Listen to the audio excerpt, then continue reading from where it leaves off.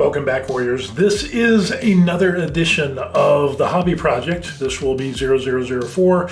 It will not be a long and involved video, but I just wanted to show you the addition to the studio. Now, up until now, we have been operating with a crew of one, and there is the workstation, paint station, cutting station, decal station, assembly station, glue station, snack station. It's all covered right here. But since we've upped our production, we're up to 3 Space Marines produced so far. So like any good company, what we're going to do is to increase our holdings, and we're going to add a paint station to, the thing here. So let's take a look at the paint station.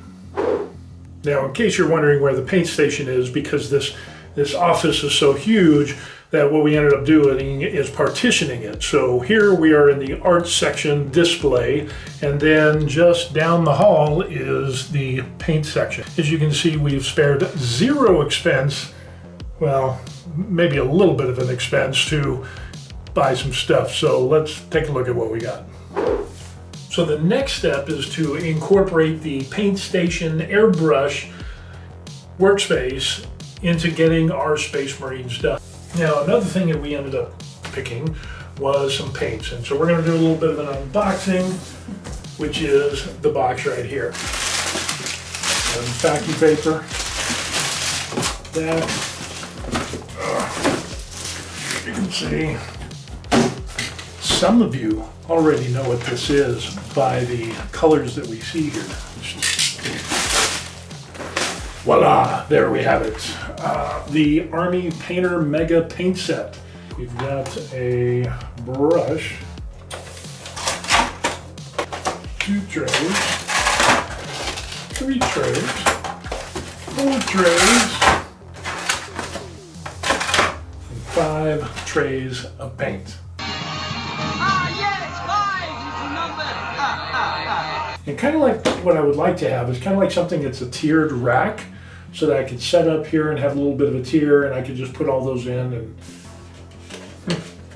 let's try something. Maybe we can MacGyver something.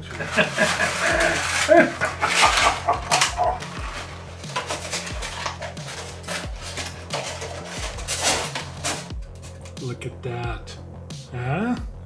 Not bad, huh? Paint stay in there. So basically all I did was cut a slit down the middle and then folded it in the center. Stapled it on both sides, as you can see right there. So now, it's not a rack per se, but it saves a little bit of space for my paint station. So I will take that until I get a rack. You might have noticed I changed my shirt. That's because a couple of days have passed, and another addition to the studio. That right there. Can you see what that says? That says Elegoo, Saturn 3 Ultra 12K. So yeah, that's a thing. Yeah, we've got that. But right now, I don't even have a place to put it, because as you can see here, I mean, that's the paint station. I don't know how much room I'm going to be able to have in here. It's probably going to be in the other room. So yeah, that's what we got going on. And like I said, I've got the paints to tide me over. I've got a few more characters. Actually, I've got 1, 2, 3, 4, and I'm working on the 5th one.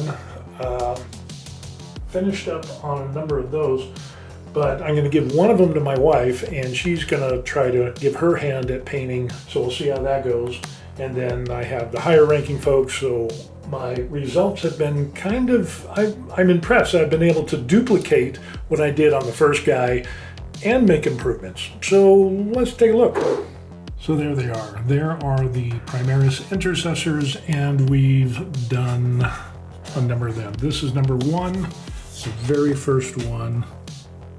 And as you can see, it turned out pretty good for being the first one. You know, I did some Did some silver etching, you know, muddied them up. Again, I used the colors, and yeah, it looks pretty good. I mean, I was impressed with how well this all went. As you can see, the colors, I like that kind of grimy stuff. Somebody called it grim dark, so apparently this is kind of like the muddy worn type of guys. But yeah, even and this is with the standard brush. So that's kind of the amazing thing, is that even with that brush not being so small, I was able to get some good results off of this. So yeah, I'm digging it. It is not bad. So that's number one. So here is the fourth guy. Fourth guy isn't bad. And again, concentrating on a little bit more line work. And again, the smaller brush is able to get a little bit more detail, as you can see there. And again, the muddied up boots. Actually put a hole, not a hole, but a black for the barrel there, so that looks a little bit better. You can see the eyes, some wornness and stuff on his armor. I think it turned out not bad at all. And then what I ended up doing with the pouches on this guy, ended up using a darker, mixed some colors and got a darker color, and then used that Bum Glow whatever brown, which is kind of a lighter brown, to highlight the edges of the pouches and the holster. You know, drew some lines in there. And so yeah, I think that turned out pretty good. And then this is the most recent one that I've done some zenithal. And yeah, this is trying to work on that a little bit more. So there you have it. There's the guys, the dudes, with the very first one, the second, the third, the fourth, and this will be the fifth. Oh yeah, that's also, I got all this stuff over here. So this, I mean, look at all this. This is, I found this in a Korean store, and these are acrylic paints, and it's about 2,000 won for each one of these. So yeah, 2,000 won. Exchange rate is, I don't know, about 1,300 won, 1,320, 1,370, somewhere around there. But 2, 4, 6, 8, 10, 12, 13, that's 14,000 won, so that is the price in US dollars right there. And for 60 milliliters each, this will be, I think it's a good deal. How they perform, I don't know. We'll see. We're not going to practice on these guys, but on maybe some spoons. We'll do some practice on some spoons and work with the airbrush. But yeah, that is what we got going on. All right, to summary all that is going on. We have a lot going on, but not a lot is going on because we have to wait for other stuff. So in other words, we're waiting for the paint rack, we're waiting for a paint booth so I can do some more airbrushing and not get high while I'm painting. It's been a while since I've done that, but we can deal with that. And I think my next video, Hobby Project 0005, I want to, there's a couple of things I want to do. One of them, I really want to use this DJI wireless mic. In the past videos, I've turned it on and forgot to press record. I turned it on and hit the button that wasn't record, thinking I was recording, and then it just all went south. And then I got excited to do a video in the last video, and I totally forgot about this. I didn't even mic up, so I'm gonna make a real concerted effort to use that in the next video. So I think I might actually practice. I don't know, that might be a good thing. Maybe, you think? Okay, I just read the instructions, and you press this button here. So I got a green light, so it's on. And then we're gonna hit the button that says record.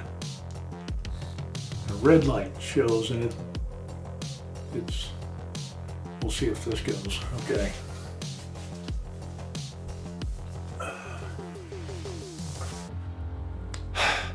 Okay, so this is a test of the DJI wireless microphone. Testing 1, 2, 3. The quick brown fox jumped over the lazy dog.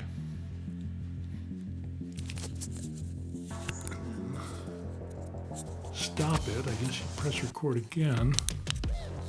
Yep. Alrighty, let's see how that sounds. Of course, you just watch this so you know how it sounds. So, yeah, let's go back to the thing. The other thing I want to end up doing is taking one of the miniatures in its primed state and do the whole video on painting all the way to the very end. You know, from prime state to end, and we'll fast forward. Obviously, we're not going to, because that would take days, but we're going to fast forward and go through, you know, putting on the colors, doing the details. I just need to kind of figure out a good camera angle in which to do all that. Is it going to be overhead, or is it going to be kind of like over my shoulder? But that kind of bugs me when somebody's looking over my shoulder, so I don't know how that's going to work. And you know, sometimes you get busy doing, and then you'll see the back of my head and my ear. That probably wouldn't be a good video. So again, I want to try to have a decent video.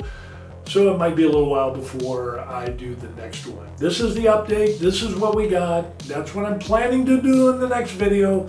So if you've liked anything about this, or if you've watched some of the other videos, be sure to like and subscribe so that you can see what's going to happen on in the far future when there's nothing but war. The grim, dark future, whatever the Warhammer 40,000 little saying, this thing here. Yeah, that saying right here. There's that. I really need to buckle down and learn about Warhammer and the lore and all of that stuff. At least have a general understanding of the timeline. With that being said, again, thanks for watching, Warriors. I appreciate it, and all the information that you've given me to help me be a better painter.